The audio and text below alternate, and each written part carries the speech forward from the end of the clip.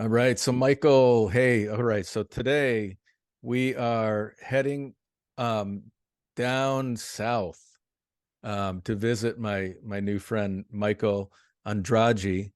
Yes, Michael, man, thanks so much for doing the podcast. you're welcome. Welcome So- to my corner of the world down here in South America. It's January and it's the middle of summer down here, and you and your viewers can see my face is very red because I was out in the at a festival today and I got a big sunburn. Yeah, so your story is really interesting because what intrigued me the most is I learned that you retired down down south on Yes, 500 a month. And you're going to yes, share a little bit in detail about how you did that sure. and how you do it. But let's reveal the location. What country are you in? I'm in Brazil. Brazil is divided, just like the United States, divided up into states. I think Brazil has about 32 states, and I live in the state of Bahia, Mhm. Brazil.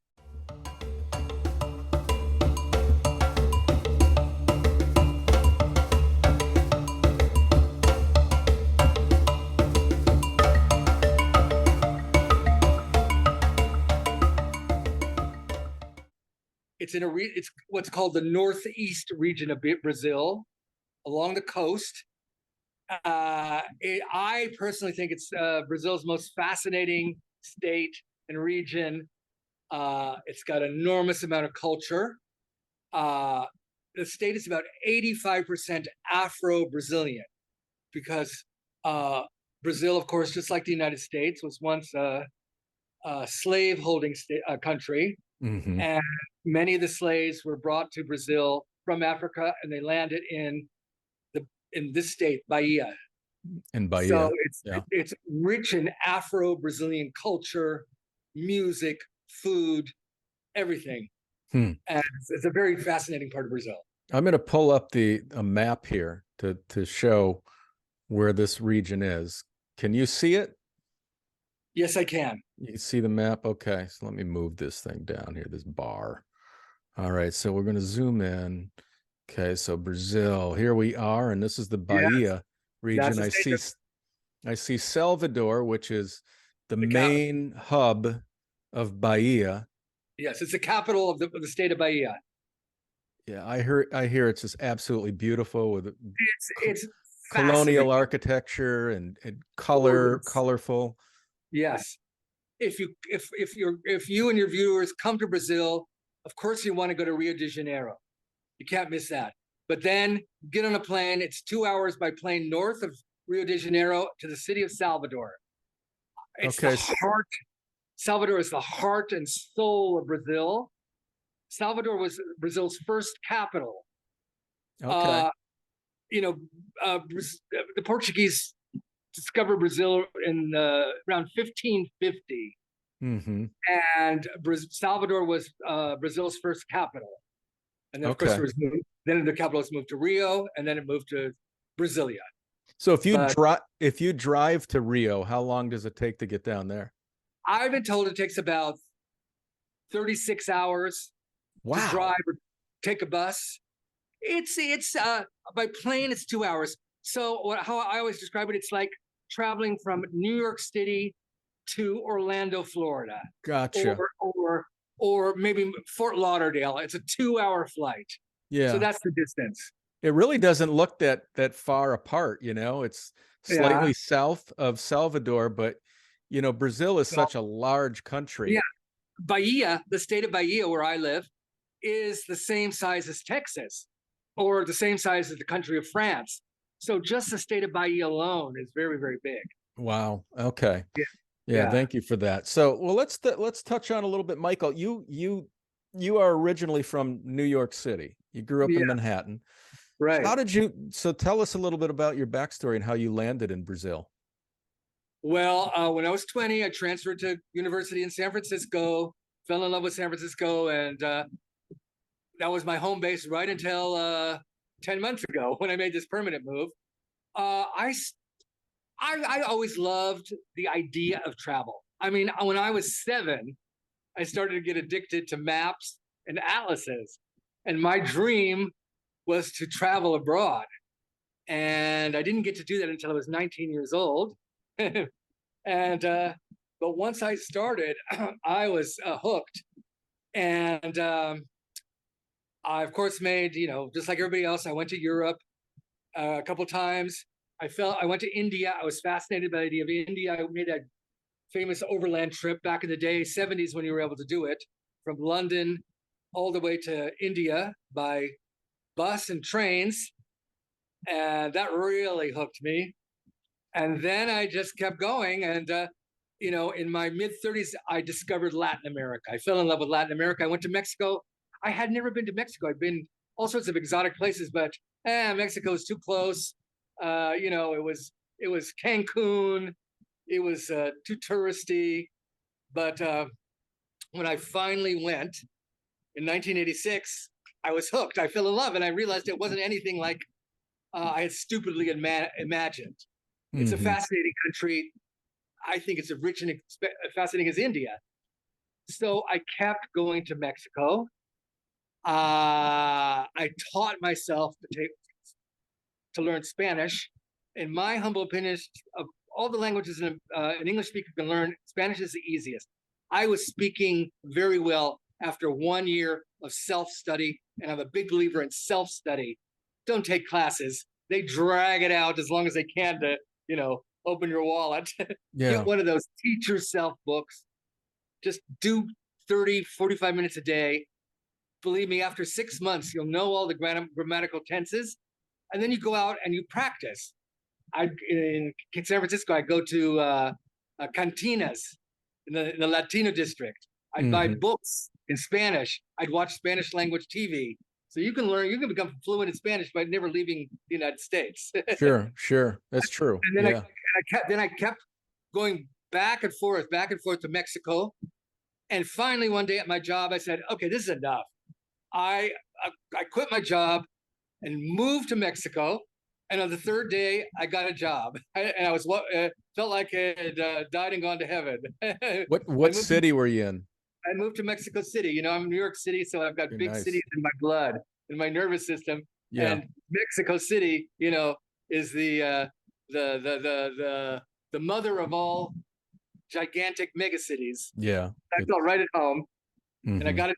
got a job within 3 days as an English teacher for an English school, and within about 6 months, they made me the director of the school. Wow. So I was in heaven, and I love Mexico. Mexico's in my heart and soul.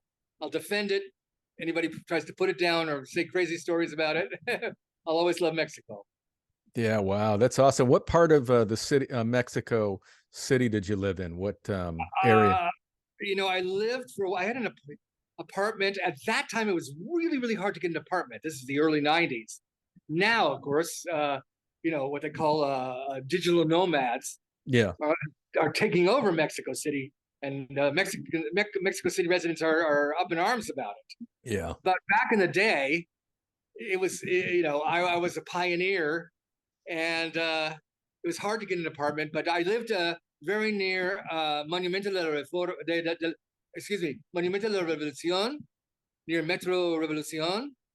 That's just a couple blocks from Parque Alameda, in Okay. the mero centro. I lived there for a while, and then after about a year and a half, I was offered, one of my coworkers stole me away from my job in Mexico City, and I was offered an even better job in the city of Veracruz, in the state Oh, of nice. Veracruz, which is on the Gulf Coast, Nice. of course.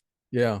And it's hot, steamy, muggy, but I loved it. I loved Veracruz. It was a real feeling of Mexico. Not many gringos moved to Veracruz. So how Especially come the city. how did you select Bahia in Brazil Oh, okay. from Well, Mexico? after a while in Mexico, I was speaking, by that time I was speaking Spanish fluently, self-taught, and I was, thinking, wow, there are 21 countries south of Mexico where I speak the language, and I want to discover them all. So slowly, bit by bit, I first went to Guatemala, and then El Salvador, Honduras, Nicaragua. Keep going south, Panama. Then I remember my first time in South America. I went to Ecuador, Venezuela, Colombia, and all the way down to Argentina. And to this day, I've been to every Spanish-speaking country in the Americas, with one exception, and that's Costa Rica. That's the one everybody goes to. I'll Yeah. get there someday, so I can say that I've been to everyone. But I haven't been to Costa Rica yet. But I've been all the others. And finally, after after Argentina and Chile, that's the end of the line down there. So I said, well, it's time to. I was thinking, Brazil. I haven't been there. And one day I was walking down the street in San Francisco, and I struck up a conversation with a Brazilian, purely serendipity, and we became friends. And I went down to Brazil for 2 weeks and fell in love with Brazil in a 2-week trip. Instantly came back to San Francisco, and just the same way I taught myself Spanish, I taught myself Portuguese. Although I will say, a lot of people have this idea that Portuguese is just the same as Spanish. You just kind of change the accent a little bit and a few little words.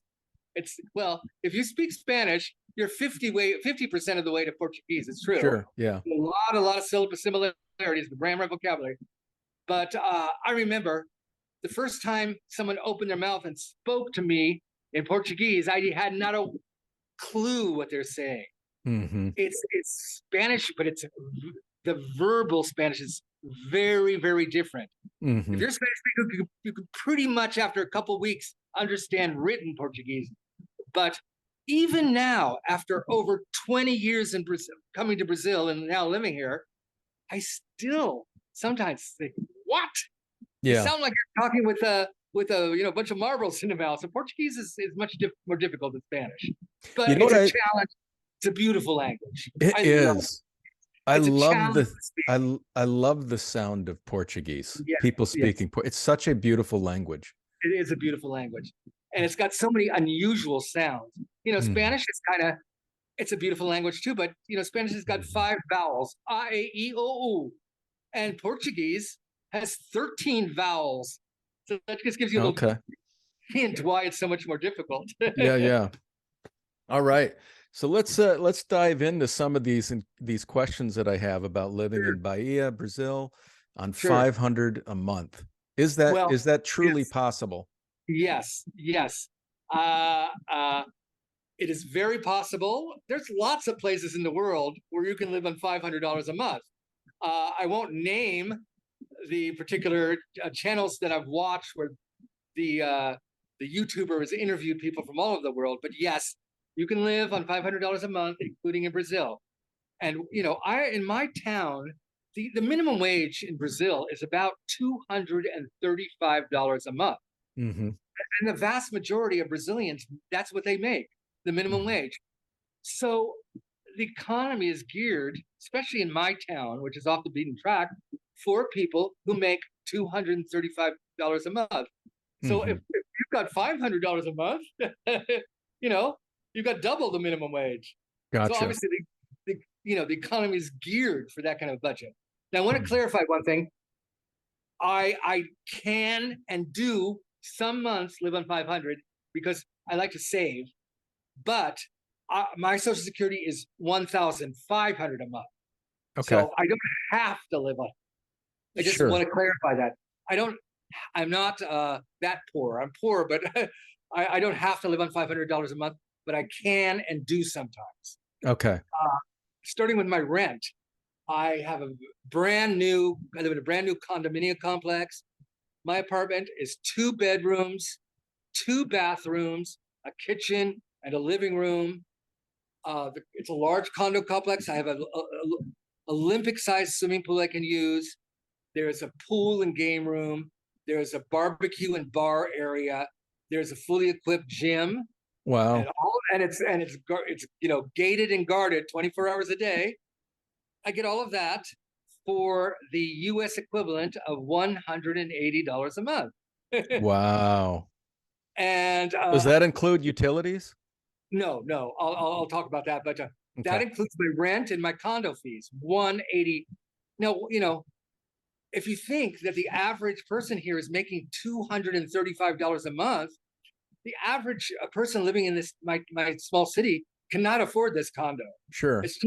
as cheap as it is for an American on Social Security. One of the reasons why it's so cheap, by the way, is that the Brazilian currency, in Portuguese it's called the real, and plural it's reais. The Brazilian real is taking a real beating. Mm-hmm. You know, worldwide inflation, all of the economic problems, the war in Ukraine, the Mm-hmm. weakness of China. You know, China used to be very thirsty for Brazilian commodities, but that slowed down. So the Brazilian real is taking a real beating. So if you got the US dollar is very strong in many countries, and Mm-hmm. that's particularly true here in Brazil. So that's why my rent is so cheap. It's not Mm-hmm. particularly cheap for Brazilian, but it's cheap for me, and I Yeah. get a lot of quality for that. Yeah. Yeah. So you know, when occasionally someone will say, "Oh no, he's lying. That's not possible. A rent in a place like that should be $500 and $600." Well, it might be in a big city like Rio de Janeiro or Sao Paulo, Yeah. but I don't live anywhere near those cities. I live in the boondocks. Think of Bahia as a state in the American South, Mississippi, Alabama. Cost of living is much lower in those states. Yeah. They're much lower here in Brazil too. Instead of the South being the economically less developed part of the country, like in the United States, here the Northeast of Brazil is the more economically deprived, and my state Bahia is in the Northeast.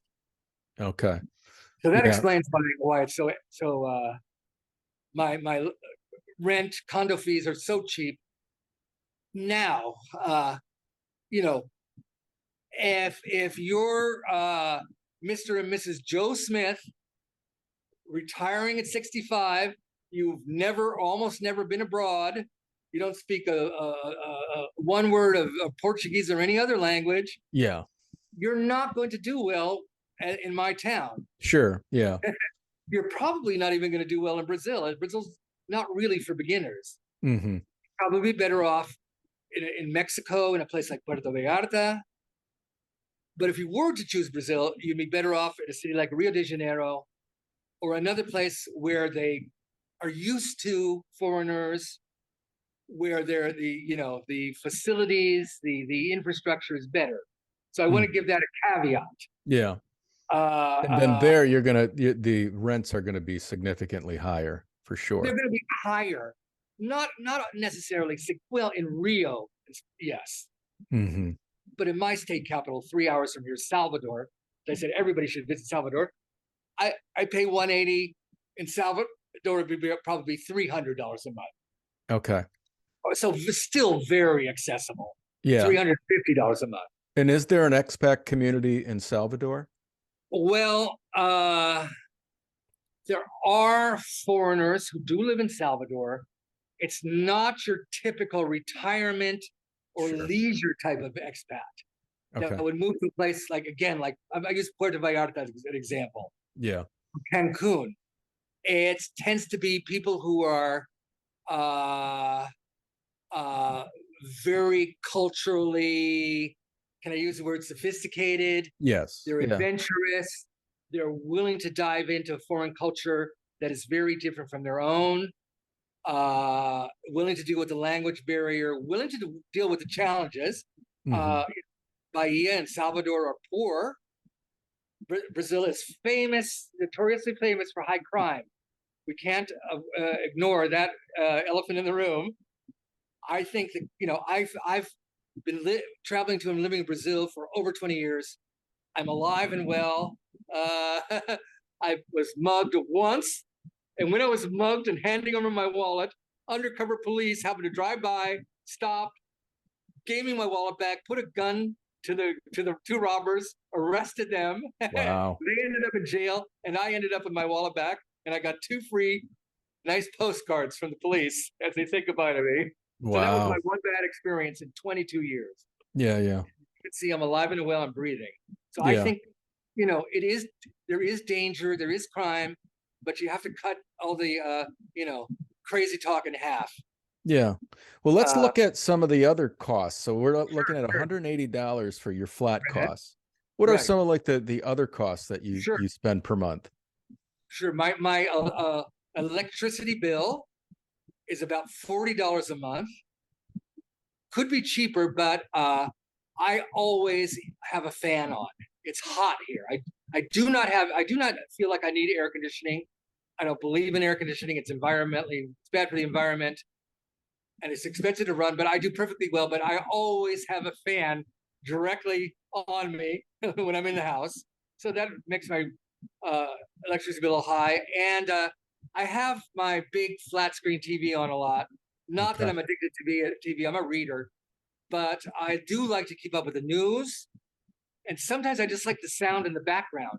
In Mm-hmm. my town, again, there's nobody. I am the only East foreigner. It's a city of about 100,000 people. I'm the only native English speaker. So CNN is the only English exposure I get. So that's why I keep the TV on just in the background. Mm-hmm. And with all the recent developments, especially here in Brazil, I want to keep up to date. So my electricity is about 40 a month, but it could be cheap. Okay. Water bill is about $20 a month. Okay. Cable TV is about $12 a month. Unlimited cable, lots of channels in both Portuguese and English. I get Netflix, so I get tons of movies and things like that. YouTube, of course. Internet is about $10 a month, very reasonable. Excellent internet.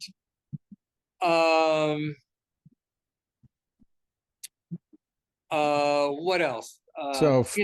So you're still like, I mean, you're like at about 250. Yes. Food, I think I budgeted about 160 a month. Now I'm a vegetarian, which Okay. helps lower Yeah. my costs. And we're in tropical Brazil. You go to the market and it's a cornucopia of beautiful, fresh, ripe, colorful fruits and vegetables, especially fruits. So you're never going to starve in Brazil. Mm-hmm. And I don't know what that brings it up to, but About if you would, 400. huh? About 400. Okay, and then oh, is there anything else? Well, Like I could easily. maybe cell phone or Oh, right, cell phone. Thank you. Very, very reasonable at $12 a month. oh wow. That's all I pay. $12 a month. I've got good cell phone within Brazil. I don't need to call internationally. I could use WhatsApp for that. Yeah. So cell phone is cheap. I have one little, everybody's got their little optional or expenses unique to them. My brother-in-law's daughter, she's 18 now, and I'm helping her with her school fees. So it's again, it's all relative. Her school fees Sure. are $75 a month. So Oh I do wow. have that expense. Okay. And and one more expense I have I had a stroke about 4 years ago. Now, of course, in the United States, when I turned 65, I'm 68 now, you get Medicare. Mm-hmm. And this was another, people were telling me I was lying. I said, and I paid nothing for my meds. And they said, that's not possible. On you're on Medicare, you pay $165 a month. You're lying. No, I was a low-income senior in the high tax, generous state of California. And so I was on what's called Medi-Medi. Mm-hmm. And Medi-Medi, it's a combination of Medicare and Medi-Cal, paid for my Medicare premium. Okay. So I got my full Social Security check with no deduction. So that's why I say my meds were free in California. Now, Mm-hmm. obviously, you move abroad and you're no longer eligible. Medicare won't pay for anything. So I was worried about that when I left. How much are my meds going to cost? Because as you know, when I would go to Walgreens in San Francisco, I had to pay out of pocket. It'd be probably $500 a month for my Sure. 5 meds. Mm-hmm. To my delight and surprise and relief, I could get all of my meds over the counter, just like you can in a lot of places in Latin America, just like in Mexico. Walk at the drugstore, show the list of the things you need, and they pulled out. They're all the exact same medicine. They're generics, Mm-hmm. and it came to a grand total of about $40. So 40 for these bucks a month. $40 a month for these very expensive blood thinners Yeah. and various other things that cost hundreds of dollars if you had to buy them in the United States. $40 a month for Yeah, all 5 different meds, and you can get them right. over the counter. And these are expensive meds. So I want to tell your viewers who are, at or around my age, don't worry too much about it. If you're going to Latin America, whether it be Mexico or Costa Rica or Brazil, wherever, you can get your meds over the counter and they're going to be significantly cheaper. Wow. So don't Okay. worry. Oh my God, I don't have Medicare anymore. There are ways around it. Yeah. What do you do for healthcare down there? Good question. I was about to mention that.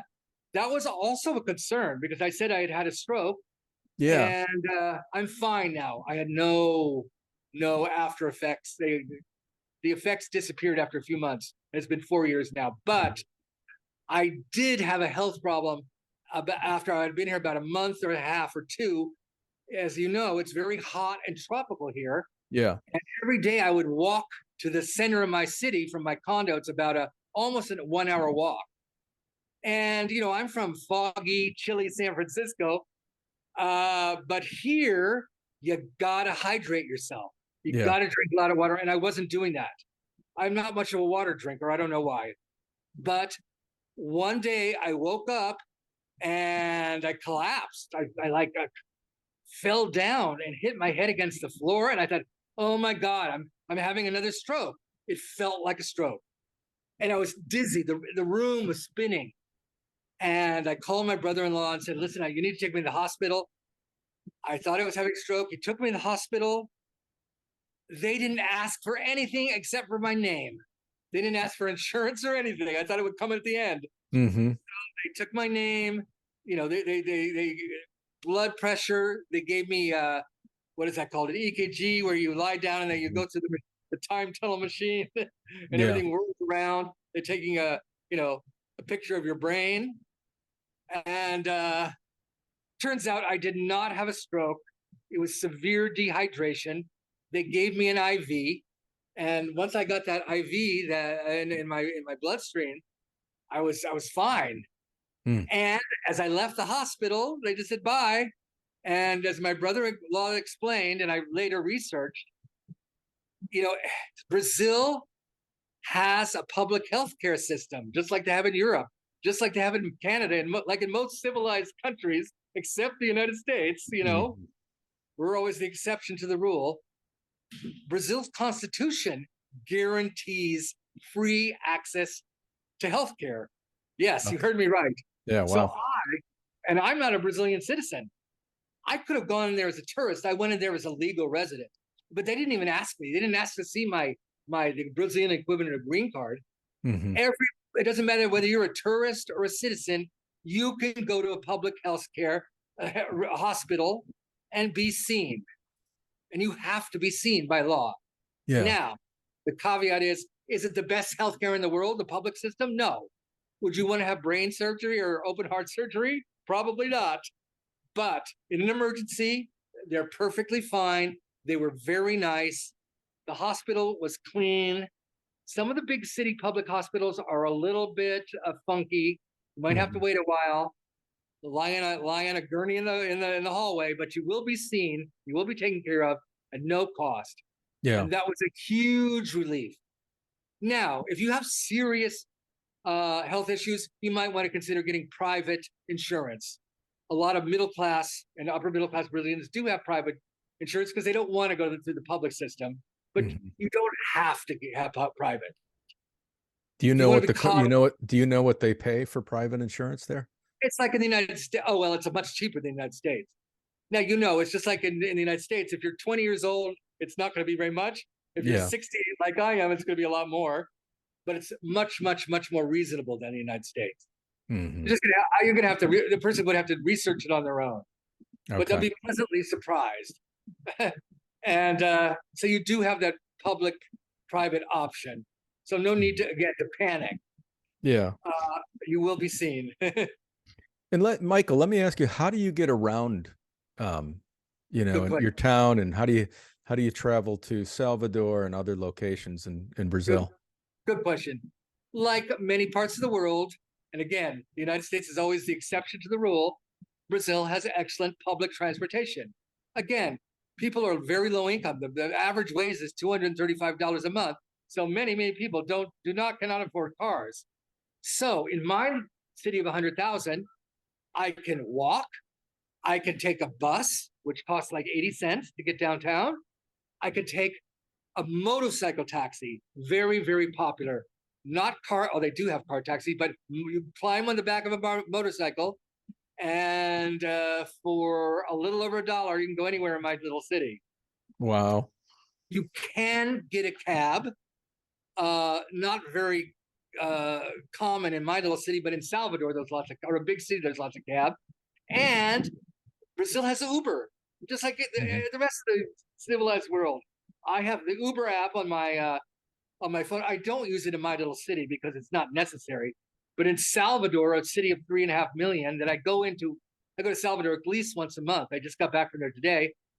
I do use Uber, and it's very reasonable, safe, nice.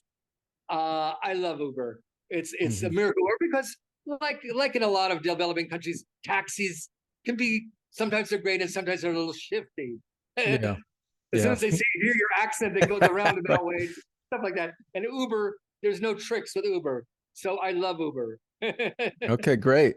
So let's talk about like entertainment, going out and getting a meal, like a typical Sure. meal. What would you spend on a typical meal and a night out? Good question. Oh boy, it can be as little as $2 a night, $2 for a meal, a simple meal. In Brazil, there's lots of restaurants where they have the prato do dia, the daily dish, the daily plate, it's called. And it's a fixed price for $2 or $3, and you get a heaping full plate full of meat and vegetables and rice and a drink. Of course, I'm a vegetarian. Brazil is very meat heavy. It's great for carnivores.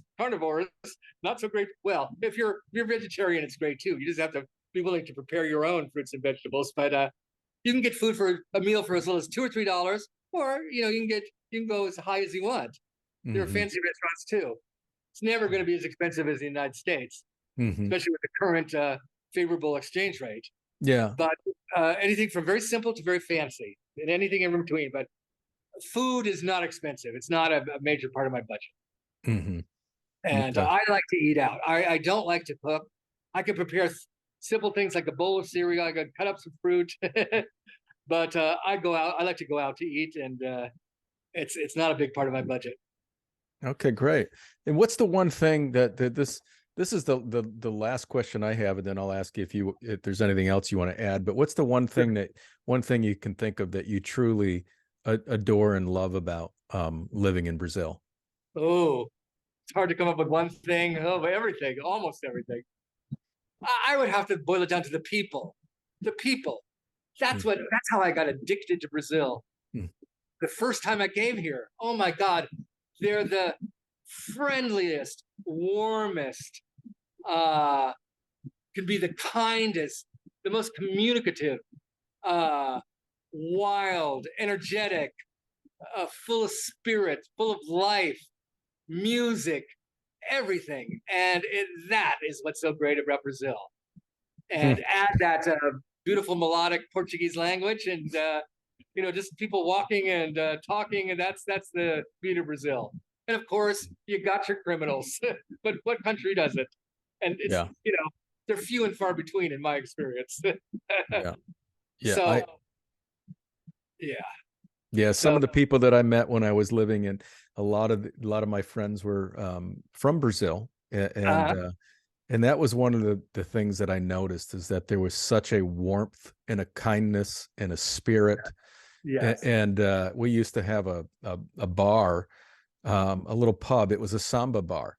And then I used to literally, I stopped going to Manhattan, and I would just go to the samba bar every weekend, because I had so much fun hanging around with with my Brazilian friends, and just spending time and listening to this live samba, and watching people get up and move and dance, and just the caipirinhas were slinging, and it was just absolutely wonderful.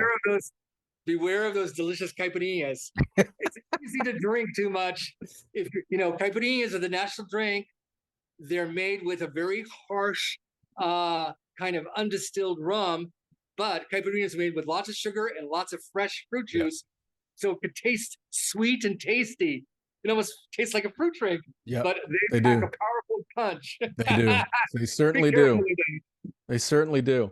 Well, Michael, that's all I have. Is there anything else you'd like to add that we didn't we didn't discuss, or anything you can think of? The only thing I would add is that, especially if you're young, in your 20s and 30s, and you're full of life and energy, and of course, at that age you got a lot of sexual energy. You have to be a little careful. Brazil, not all of Brazil, but especially places like Rio de Janeiro and Salvador. Well, the reputation of Thailand, for example, Bangkok, and maybe some parts of the Philippines, for example, where men in particular become addicted to the nightlife and the fast and easy, beautiful, friendly, gorgeous human beings here. And they can get sucked into drinking too much, partying too much, and getting in trouble, spending too much money, getting involved with the wrong type of person. I experienced that a little in my early days in Brazil. I liked those caipirinhas a little bit too much, and I fell in for a while with a fast crowd who did not always have my best interests at heart. So you just got to use your head. And don't assume that everybody's your best friend. Use your head just like you would in Bangkok or Manila or any other place in the world. Because as we've said already, Brazilians are extremely friendly, but a few bad players will use that to their advantage to take advantage of you. Tirar vantagem, to take advantage. So keep that in mind, especially if you're young. Okay. Don't party too hard. All right. If you avoid that pitfall, you'll be in heaven. Everything in moderation. Michael Andrade. He retired on $500 a month in paradise in Bahia, Brazil. Michael, thanks so much for doing this, man. I appreciate it. You're welcome. You're welcome. Man, have a great evening, and I'll talk to you soon. Okay. Ciao. Boa noite. Ciao, buddy.